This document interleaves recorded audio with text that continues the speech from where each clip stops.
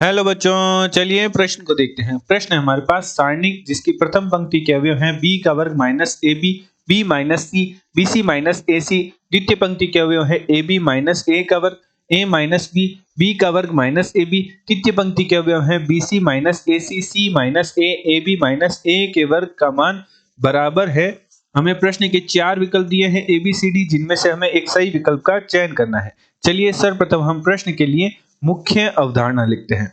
मुख्य अवधारणा मुख्य अवधारणा में हम एक सारणी के गुणधर्म का अध्ययन करेंगे, जो कि कुछ इस प्रकार है कि यदि किसी सारणी में दो पंक्ति या दो स्तंभ के संगत अवयव समान हो तो सारणिक का मान शून्य के बराबर होता है। उदाहरण के तौर पर मान लीजिए हमारे पास एक सारणिक है जो कि कुछ इस प्रकार है, जिसकी प्रथम पंक्ति के अवयव हैं x1 y1 z1, द्वितीय पंक्ति के अवयव हैं x2 y2 z2 एवं तृतीय पंक्ति के अवयव हैं x1 y1 z1। तो यहाँ इस सारणी में जो प्रथम पंक्ति के अवयव हैं वह बराबर है तृतीय पंक्ति के अवयव के, तो सारणी के गुणधर्म अनुसार निम्न सारणी का मान शून्य के बराबर होगा।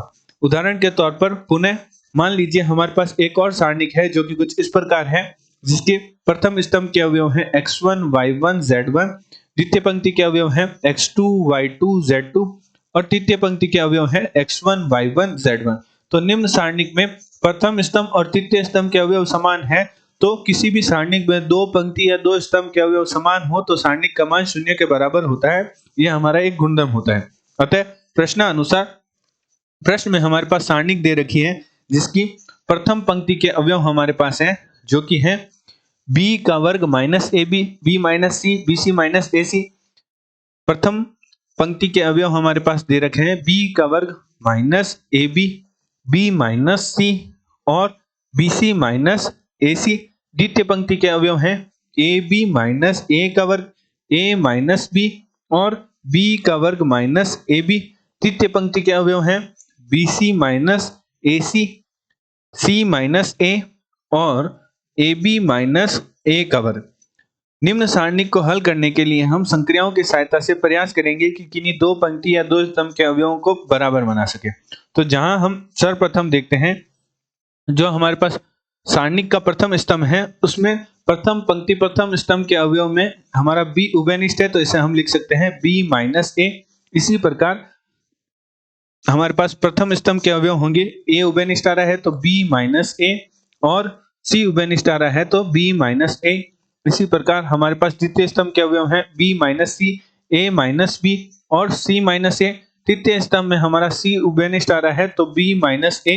तृतीय स्तंभ और प्रथम पंक्ति के अवयव में हमारा c उभयनिष्ठ आ रहा है तो b माइनस ए और हमारा यहाँ b उभयनिष्ठ आ रहा है तो b माइनस ए और हमारा यहाँ a उभयनिष्ठ आ रहा है तो b माइनस ए।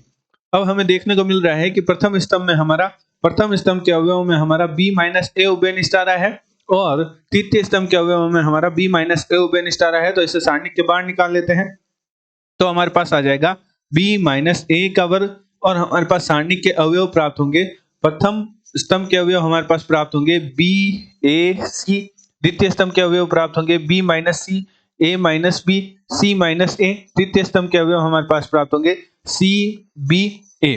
अब हम संक्रियाएं लगाते हैं, ऐसी संक्रिया लगाते हैं ताकि दो स्तंभ या दो पंक्ति के अवयव समान हो जाए। यदि हम प्रथम स्तंभ पर संक्रिया लगाए, प्रथम स्तंभ माइनस तृतीय स्तंभ करें तो हमारा प्रथम स्तंभ और द्वितीय स्तंभ के अवयव समान हो जाएंगे। तो हम संक्रिया लगाते हैं, हमने संक्रिया लगाई प्रथम स्तंभ पर, प्रथम स्तंभ माइनस तृतीय स्तंभ करते हैं।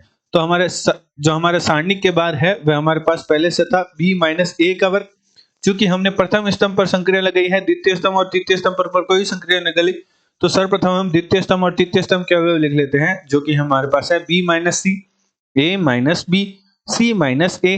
तृतीय स्तंभ के अवयव हैं हमारे पास c b a।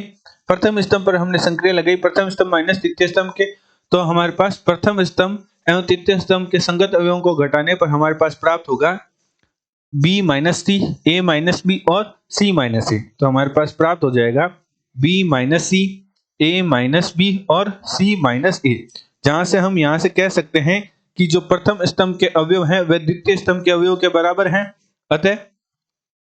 अतः सारणिक का मान शून्य के बराबर होगा, शून्य के बराबर होगा।